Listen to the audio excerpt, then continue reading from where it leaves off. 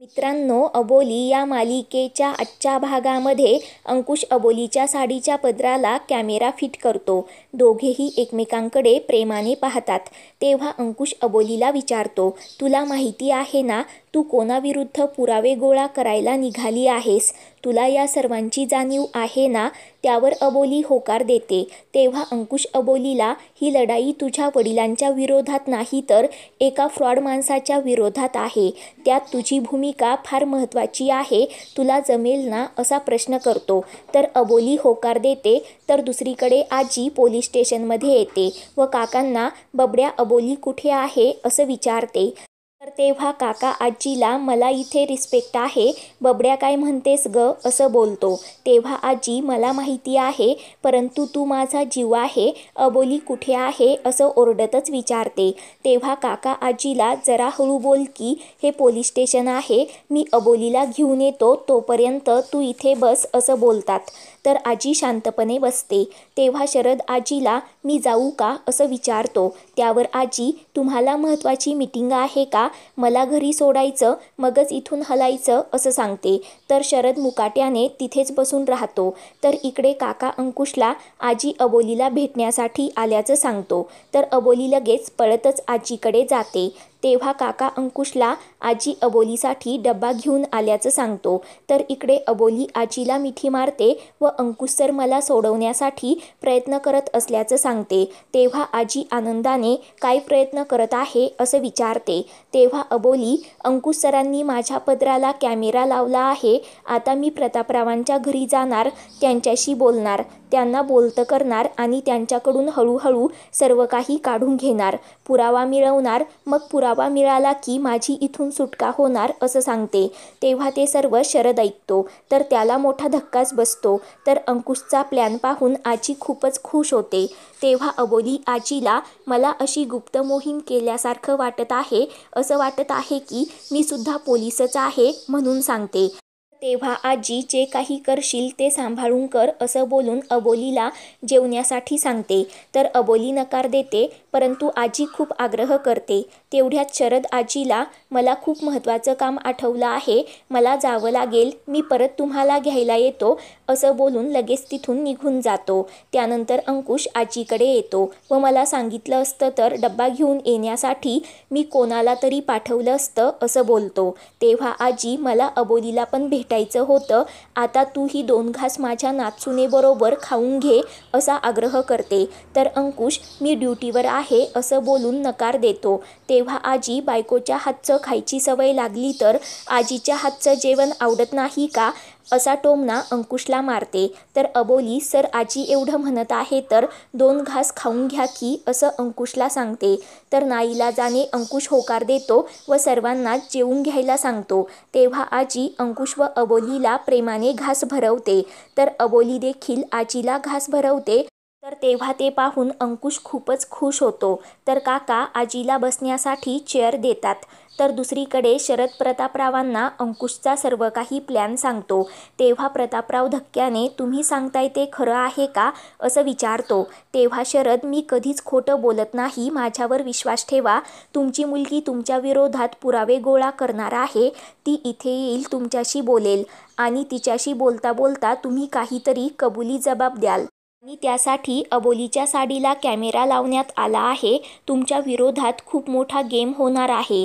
मी तुमचा शुभचिंतक म्हणून तुम्हाला सावध करत आहे असं बोलतो. तेव्हा प्रतापराव, तुम्ही आमच्यासाठी आत्ता जे काही केलंत ते आम्ही नेहमी लक्षात ठेवू असं शरदला सांगतो.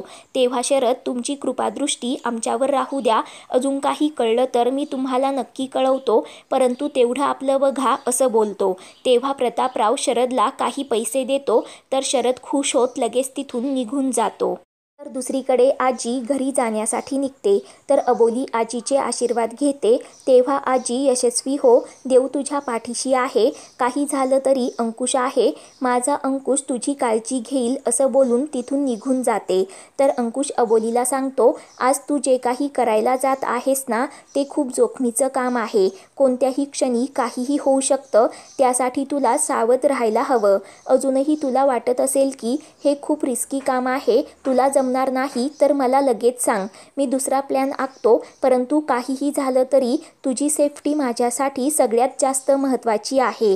तर अबोली सांगते, तुम्ही सोबत असताना मला कसलीच भीती नाही, तुम्ही काळजी करू नका. तेव्हा अंकुश, मला लांब उभं राहावं लागेल, घरात येऊ शकत नाही, त्यामुळे जे काही आहे ते तुला एकटीला हँडल करावं लागेल असं सांगतो. तर अबोली होकार देत मी घाबरणार नाही म्हणून अंकुशला सांगते. तेव्हा अंकुश, आज काहीही झालं तरी प्रतापरावांच्या विरोधात सर्व पुरावे आजच्या आज आपल्याला मिळवावे लागतील, नाहीतर मीही काही करू शकत नाही. लोक खूप चिडले आहेत आणि ही आपल्याकडे शेवटची संधी आहे. आणि तू जेव्हा प्रतापरावांशी बोलायला लागशील तेव्हा अतिशय हुशारीने त्यांच्याकडून असं वधून घे की या बिल्डिंगच्या बांधकामामध्ये तेच आहेत. हा सर्व अनर्थ त्यांच्यामुळेच झाला आहे. तुमचं सर्व बोलणं या कॅमेऱ्यामध्ये रेकॉर्ड होईल आणि या कॅमेऱ्याचं एक कनेक्शन माझ्या लॅपटॉपवर असेल आणि त्यामुळे तिथे जे काही घडतंय ते मी बघू शकेल व ऐकू शकेल. तू काळजी करू नकोस, परंतु रेकॉर्डिंगची सर्व काही जबाबदारी तुझ्यावरच आहे असं बोलून अंकुश अबोलीला ऑल द बेस्ट देतो. त्यानंतर अबोली प्रतापरावांच्या घरी जाते. तर इकडे अंकुश सर्व काही पाहत असतो. तर इकडे प्रतापराव नाटक करत प्रेमाने अबोलीला खाली बसवतो व तुला अटक झाल्याचं कळलं, मला खूप धक्का बसला, तुझी बेल झाली का असं विचारतो. तर अबोली कदाचित झाली असेल म्हणून सांगते.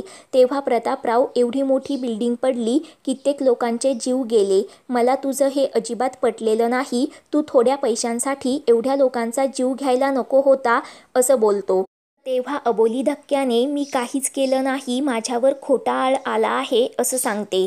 तेव्हा प्रतापराव, तुझ्या हट्टापायी तर ती बिल्डिंग बांधली होती ना, तरी मी तुला सांगत होतो की एवढी कमी दर्जाची बिल्डिंग बांधू नकोस, परंतु तू माझं ऐकलं नाही, म्हणालीस मग पैसा कुठून येणार. ते ऐकून अंकुशला धक्का बसतो.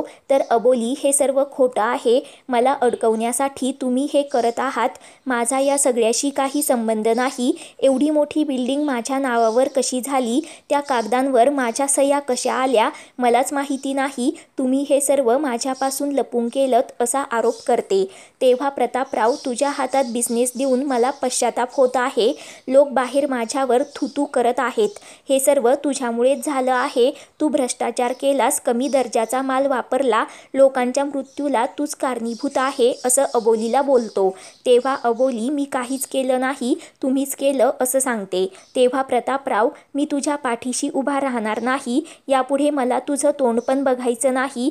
तू माझं नावसुद्धा घेऊ नकोस. तू कित्येक लोकांचा जीव घेतलास तरीही खोटं बोलतेस. तुला गोरगरिबांचा तळतळाट लागेल. पोलिसांनी तुला सोडलं, परंतु मी तुला लोकांच्या स्वाधीन करेल.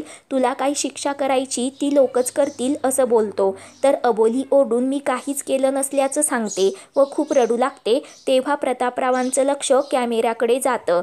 तेव्हा तो अबोलीजवळ जातो व कॅमेऱ्यावर हात ठेवतो. तर त्यामुळे इकडे अंकुशला काही दिसत नाही. तर इकडे प्रतापराव तो कॅमेरा काढून घेतो. अबोली खूप घाबरते. तर दुसरीकडे अंकुश लगेच तिकडे जाण्यासाठी निघतो. तर इकडे प्रतापराव, बापाविरुद्ध पुरावे गोळा करतेस का असं अबोलीला विचारतो व तो कॅमेरा पायाखाली तोडून टाकतो व आकाश पाताळ एक झालं तरीही तुम्ही माझ्या विरोधात पुरावे गोळा करू शकत नाही.